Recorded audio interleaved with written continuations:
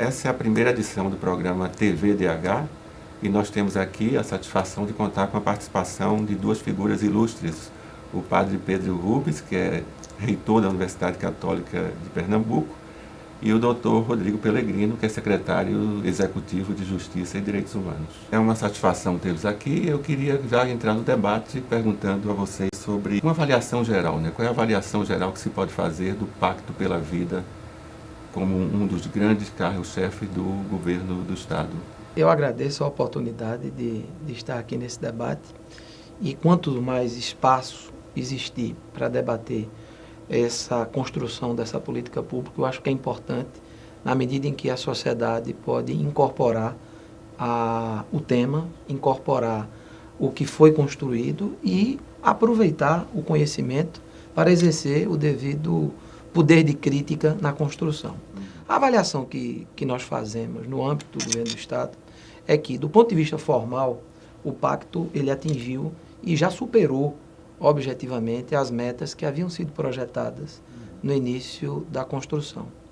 Entretanto, a gente sabe que o tema e o foco que foi dirigido, que são os homicídios, né, os homicídios letais, intencionais, tá certo? E que é esse o objeto, que é proteção da vida imediata, ainda existe um índice muito alto no estado de Pernambuco, assim como no Brasil, e essa tarefa de aperfeiçoar todo aquele conjunto de políticas que haviam sido colocadas como políticas públicas a serem deflagradoras do processo de redução das mortes violentas, a gente precisa de outras políticas, a gente precisa que a sociedade cada vez mais incorpore na sua dinâmica, na sua agenda, a priorização da vida como elemento essencial para o fundamento de uma existência social pacífica, assim como o Estado tem procurado contribuir efetivamente no subsídio, não só do ponto de vista de inteligência policial,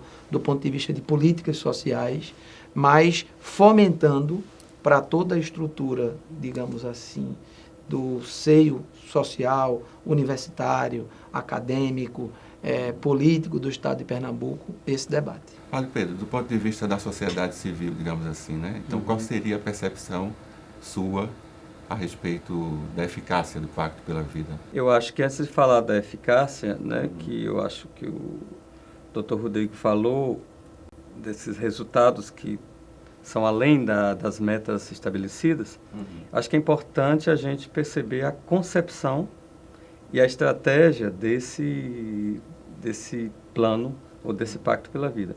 Na concepção, tratar da violência, né, colocando como valor máximo a vida e colocar isso como um pacto da sociedade, é uma estratégia ou uma concepção de tratamento da violência que eu considero extremamente importante, porque a gente estava com o pânico, ou estava diante do problema da violência, como um fato consumado e que o Estado poderia vir só como interventor.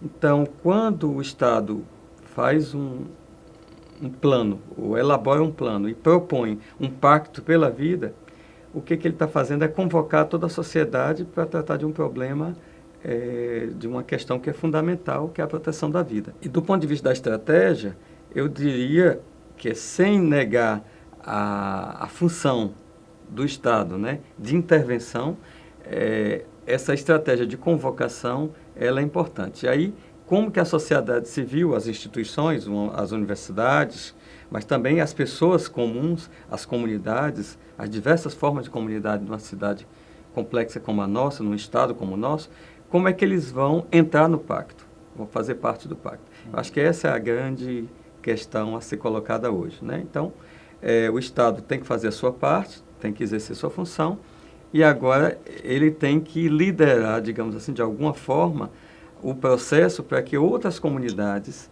e até as pessoas físicas possam responder a essa convocatória do Pacto pela Vida. Eu acho que esse é o próximo desafio do Pacto. Pois é, esse ponto me parece muito importante, ou seja, o tema da percepção da violência. E aí tem uma pesquisa que foi recentemente divulgada que fala que 90% da população brasileira acredita que aumentou a violência no ano passado. Quer dizer, não teria um desafio muito grande que seria de conquistar a população para acreditar no pacto? O Padre Pedro, ele coloca com muita, não só propriedade, mas visão de perspectiva de um pacto desse. Se existia um fator inercial de ausência de política pública que pudesse demarcar, digamos assim, o início de uma construção, esse fator inercial, evidentemente, ele se reflete nessa percepção.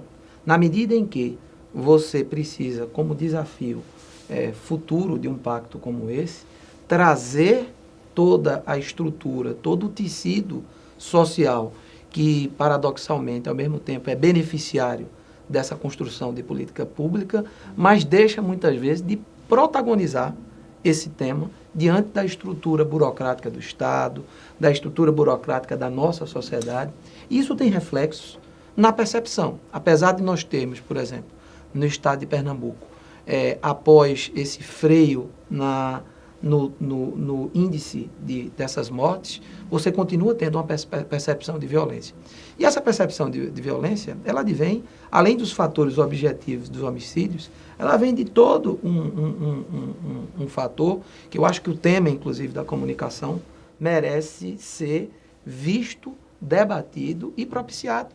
Debates dessa qualidade, e eu entendo que a própria Unicap já fomenta esses espaços, não só nesse tipo de ambiente, mas em outros ambientes universitários e junto à sociedade, trazendo para que a gente possa aprofundar e construir o que é mais importante nisso tudo, ao meu ver, eu penso, que é construir um modelo de sociedade pacífico, democrático, de respeito à diversidade. Padre Pedro, então, para concluir, né, como é que a Universidade Católica de Pernambuco tem se organizado para combater, ou participar desse processo de combate à violência? Eu acho que, além de algumas ações, né, podemos dizer pontuais, né, há um tratamento mais contínuo da abordagem desse tema. Porque se a gente parte desse princípio, dessa pesquisa, eu digo, ele pode ser até paradoxal. E se fosse perguntado somente aos pernambucanos, eu não tenho razões para colocar em xeque os números que estão sendo veiculados, dados pelo Pacto pela Vida. E, no entanto, a sensação de que a violência diminuiu não é uma percepção da maioria da população. Eu digo, as duas coisas são verdadeiras, mas elas revelam a complexidade do tema da violência e que, de fato, nós estamos numa sociedade violenta. Então, assim, nenhuma ação, seja do pacto ou outra, vai tirar essa sensação. E aí é onde uma universidade precisa se debruçar sobre a complexidade do tema da violência e o que é violência desde a hora que a gente acorda à hora que a gente vai dormir. Quais são as formas de violência que a gente pratica sem perceber.